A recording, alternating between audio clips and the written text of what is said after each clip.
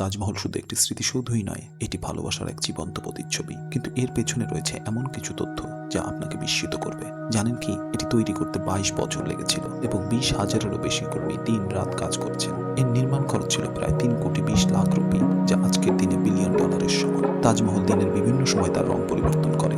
সকালে গোলাপি, দুপুরে সাদা, এমনকি সন্ধ্যায় চাঁদের আলো সোনালি দেখায়। শোনা যায় তাজমহলের কাজ শেষ হবার পরে সম্রাট শাহজাহান নির্মাণের সাথে জড়িত শ্রমিকদের হাতের কবজি কেটে ফেলে, যেন তাজমহল দ্বিতীয়বার কেউ নির্মাণ না করতে পারে। এর স্থাপত্যশৈলীতে রয়েছে অসাধারণ কিছু কৌশল। তাজমহলের 4টি মিনার বাইরের দিকে সামান্য হেলানো, যেন ভূমিকম্প হলেও মূল সমাধির উপর না পড়ে। কাছে এলে দেখবেন মিনারগুলো যেন সরে যাচ্ছে, আর দূরে গেলে দেখবেন কাছে আসছে। এটি শুধু মার্বেল পাথর আর রত্ন পাথরের কারুকাজ নয়,